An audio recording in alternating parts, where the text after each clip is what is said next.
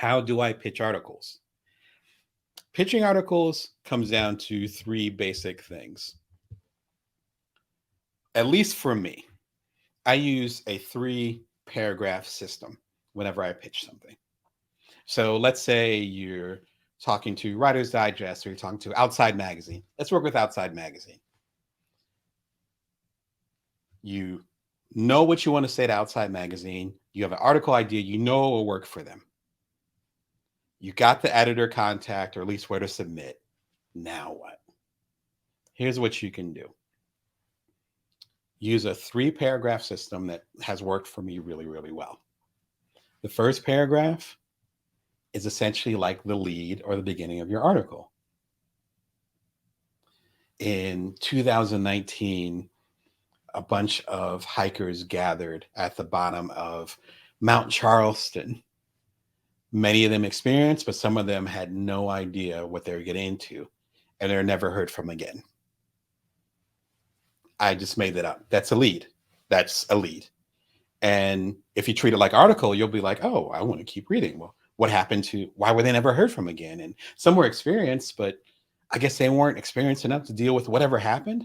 Why did the inexperienced folks go to Mount Charleston, which is right here in Las Vegas? Why did they do that? So you want to kind of get their mouth watering, which mine is literally watering. I think I need some coffee. Mouth watering for whatever it is, right? That's the first paragraph, to say, this is like the beginning of the story. Doesn't have to be long, just a few sentences.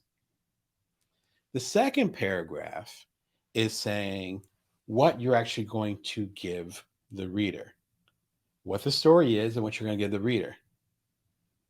In the story for Outside Magazine, I'm going to talk about the great storm of 2019 where such and such and such and such. The Outside Magazine readers will like it because such and such and such.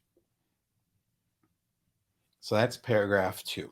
So paragraph 1, basically the beginning of your story. What's your story? Not telling them what the story is. We have this wonderful saying in journalism and also in public speaking, and I'm a public speaking coach as well. Show, don't tell. So you want to show them what the story is going to be. You're not going to tell them what it's going to be. You show them with that first paragraph. The second paragraph, you take a step back and then you start to tell them, I'm going to tell this story about such and such and why it's going to serve their readers. Outside Magazine readers are going to love this because of such and such and such. Bonus points if you can point to a particular article that's similar to the one you want to do. It's similar to the 2015 Outside Magazine article you had about the guy that got his arm stuck in the desert and had to cut it off. It's similar to that, the one they made a movie about. Like that, then they're like, oh, okay, not only do you know our audience, but you're up on our stuff. So you know what we're trying to do for our audience. You're trying to make the editor's job easier. That's what you're doing with the query/pitch.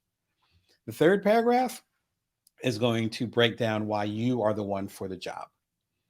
So if there was an article in Redbook about being a single mom living in Tehran, I would not be qualified for many reasons to write that article. I'm just making stuff up. But I wouldn't be qualified. But if it was like about an entrepreneur who went through some ups and downs and now is able to figure out how to take care of his family and so forth, okay, I have some expertise in that. That's what the third paragraph is establishing why you are the writer for it. Because you can have a great idea, but if you can't access the people you need to interview for the story, and or if it's more of an opinion, POV perspective piece, if you haven't had the experience for it, then you don't know. I can do an article about selling my company because I sold my company a handful of years ago. I can't do an article about getting funding from other, from like a venture capital firm or from an investment or whatever, because my startups were actually bootstrapped. So I didn't get investment. So I can interview people about it, but I can't say I did that. Third paragraph is where you're going to establish your expertise. Why are you the person for the job? The big secret here is that all magazines have staffs.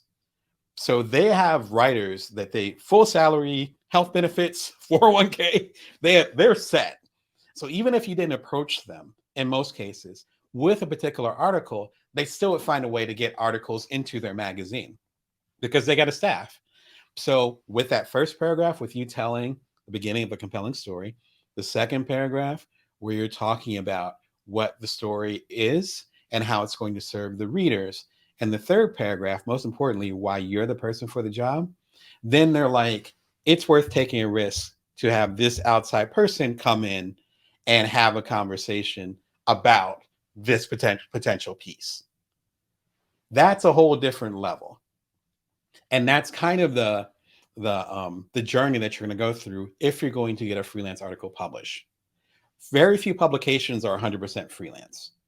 Most of them have some type of internal writer, or they call them contributing writers, in some cases contributing editors. It's something called the masthead, which is at the beginning of every magazine. It's also on most blogs, where it'll list out the editor-in-chief, the publisher, who owns the publication. All that is called the masthead. That's all those people are on staff. If they're on staff and or regular contributors, then you need to cut through that to get an article published.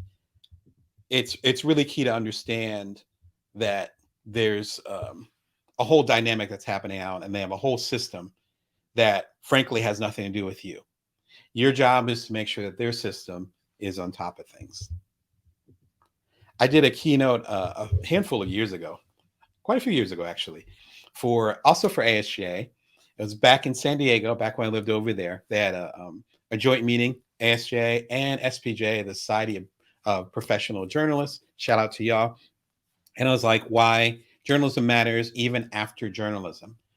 And it's worth checking this keynote out, just because I talk about how we're in a bit of a post-journalism phase, particularly at the time. This is a good 6-7 years ago. We're at a post-journalism phase where magazine sales were going down. Newspapers, obviously, were going through what they're going through, still going through. And we're pivoting to video. Ironically, I'm telling you on video. We're pivoting to video and other things.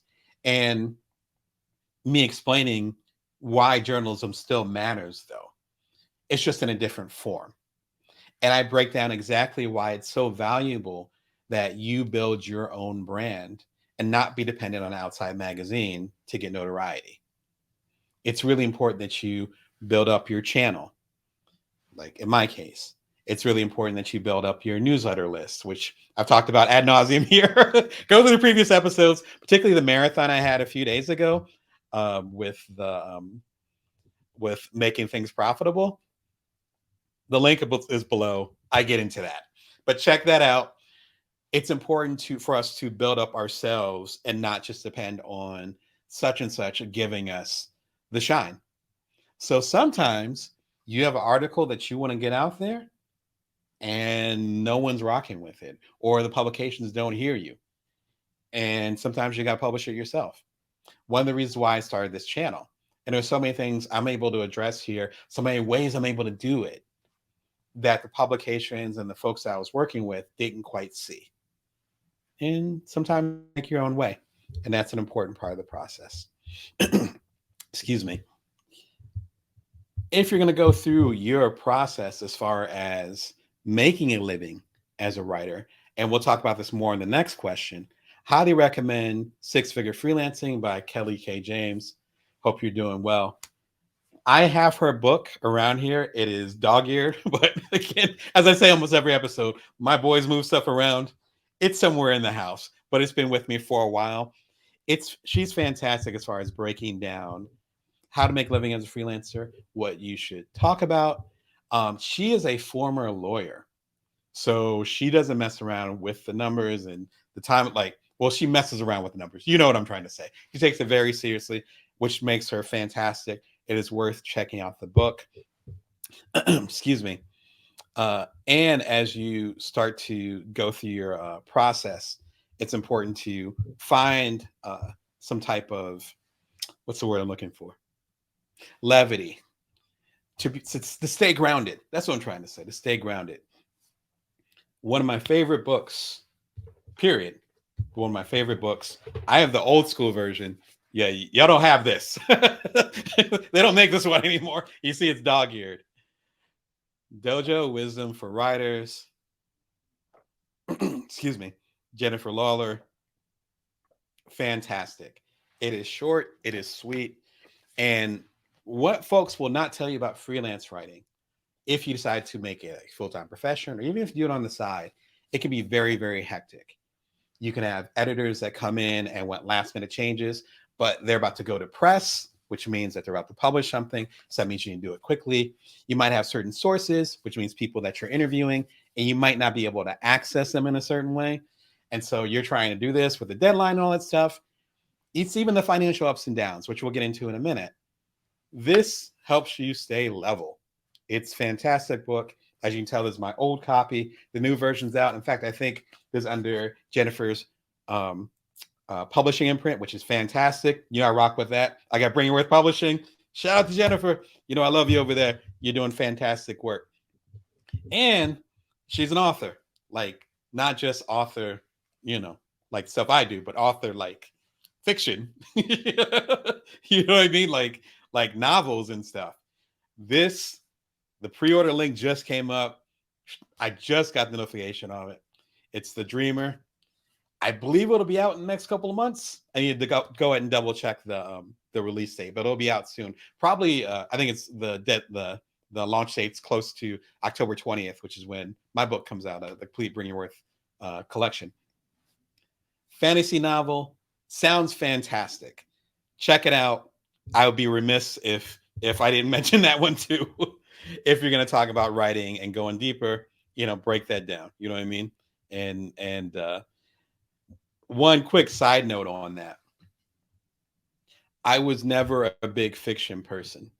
Actually, I was when I was very young. Like my sons are 10 and 7. I was around their age. I was into fiction. I got introduced to nonfiction by Briggs Bunning. Rest in peace. Shout out to her. You know, I love you. I did an episode about 2 years ago when she passed away. Broke my heart, but you know, that's part of life. But she got me on the way as far as journalism and taking nonfiction seriously. And as I always say, I realized that nonfiction was way more bizarre than fiction because it's stuff that really happened. What I learned though, and that's why I want to give a shout out to Jennifer's book. What I learned was that, what I learned was that I could actually learn a lot more from fiction as far as structure and organization and so forth. Jennifer is actually head of a website called Club Ed. It's clubedfreelancers.com. I'll go and throw into the show notes after the show is done. And so you all start talking about structure and elegance and so forth. I can talk about that all day. I learned that from fiction, from the Jennifer Lawlers, can't speak today, from the F. Scott Fitzgeralds, from a Truman Capote's, which I would consider his stuff more fiction than nonfiction, like just getting that flow. And so if you want to learn how to write better, then you got to read better. I'll leave it at that. But congratulations, Jennifer.